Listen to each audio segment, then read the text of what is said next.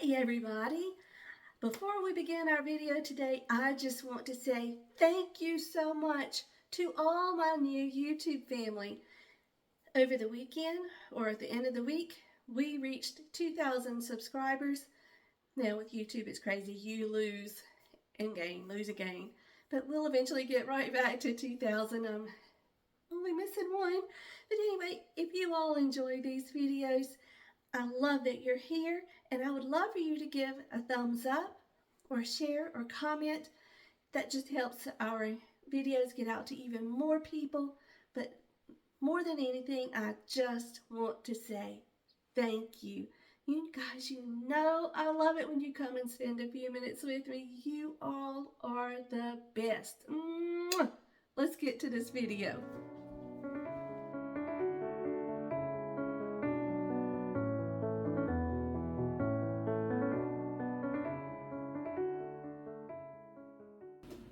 Hey everybody, welcome back to my modern homestead. If you don't already know, my name is Janet and I am so glad that you are here.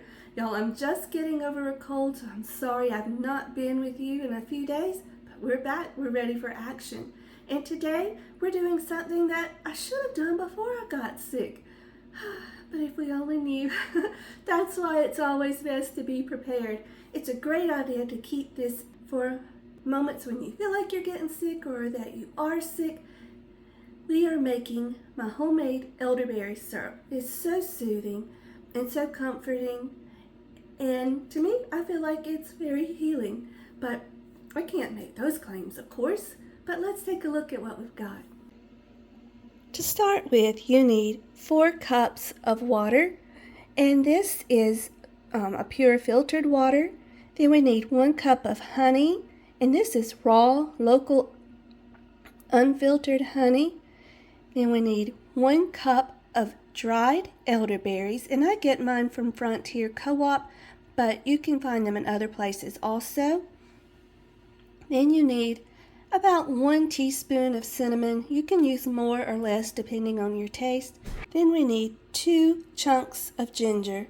You can use as much or as little as you like of that also. These are about 1-inch chunks. This part, you want to add in everything except for the honey. You don't want to kill all the good things in the honey. Whoa!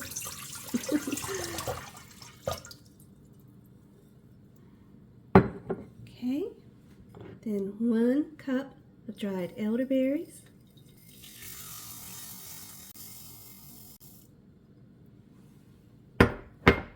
Our cinnamon.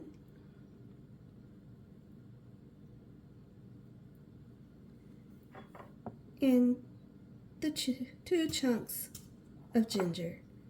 Let's take this to the stove. Now we're going to set this on the stove and bring it to a gentle simmer. And we will simmer it for about 30 minutes or until it's reduced by half.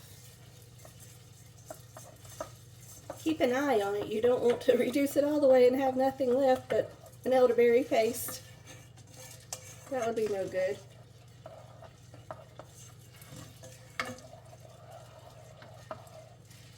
And I have simmered it too long before and reduced it too much and didn't end up with as much syrup as you would like.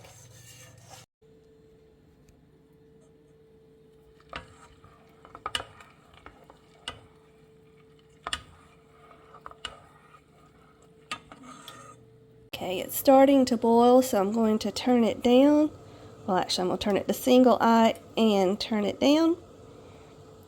And just let it simmer for a few minutes.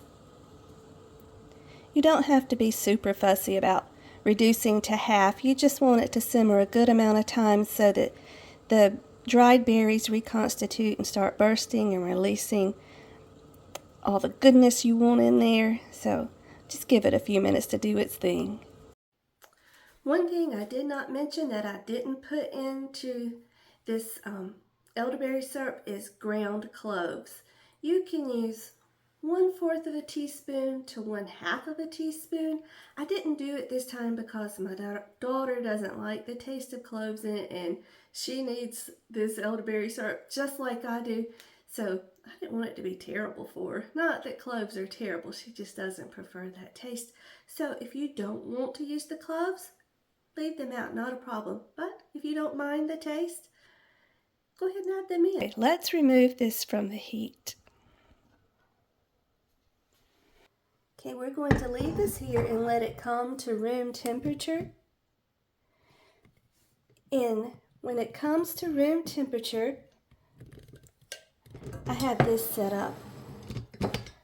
We will need to strain the syrup. So I have a large glass. You can use a bowl. This is just a measuring bowl. And then a fine sieve. And I went ahead and put a couple of layers of cheesecloth in here to strain the berries. That way we can have just the liquid for the syrup.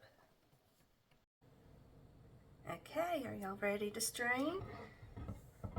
I mean, I don't want you to strain, but are you ready to strain the syrup? Oh my goodness.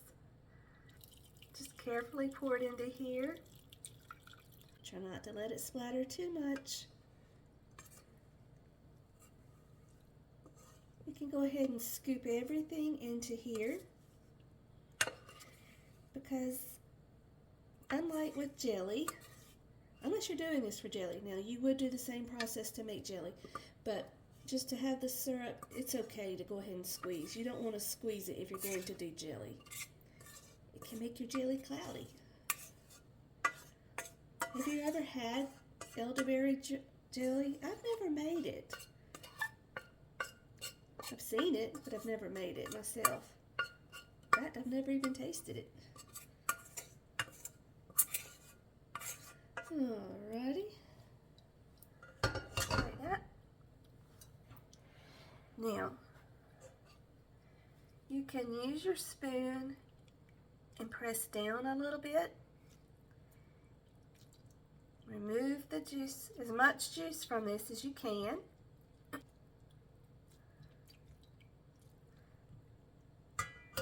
You can also take the bag. Oh, and don't drop it down in there. Gracious. Gather it.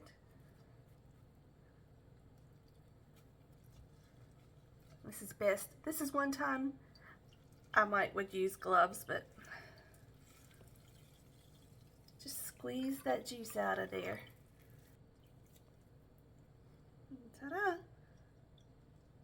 You have your elderberry syrup. Okay, let's mix in the honey. And all you have to do is just pour it and stir. And that, my friends, is just how easy it is to make your homemade elderberry syrup.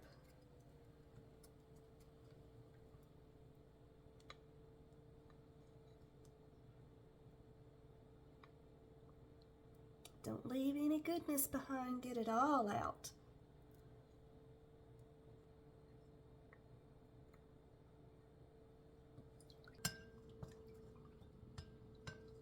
Okay, let's pour it into our jar. And when you're making this, you can double or triple the recipe, but I wouldn't make more than you can use in about a month. I really don't know how long to store it, but that is about as long as I've ever stored it for. Put a lid on it and store it in the refrigerator. And I use about 1 to 2 tablespoons a day. And just like that, my friends, our syrup is done. Just store it in the refrigerator and use whatever amount is right for you. Thank you all so much for joining me. You know I love it when you come and spend a few minutes with me. So until we meet again, may you be blessed. Love you guys.